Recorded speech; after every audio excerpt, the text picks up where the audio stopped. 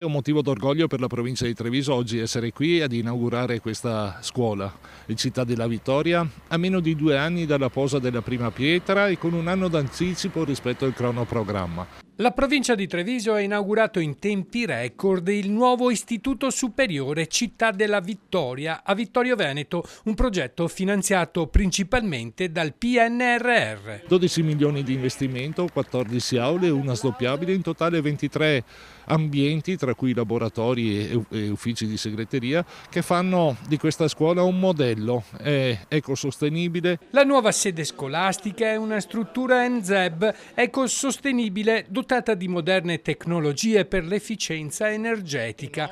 Nel corso del 2025 a Vittorio Veneto stanno per essere ultimati altri cantieri grazie al PNRR. Ringraziamo la provincia per aver deciso di fare questo importante investimento. Questo investimento sarà accompagnato, ricordo, anche della realizzazione di una nuova palestra a fianco dell'alberghiero e poi alla conclusione anche dei lavori per quanto riguarda il liceo Flaminio. Quindi diciamo c'è un investimento sul futuro della nostra città, sul futuro dei ragazzi.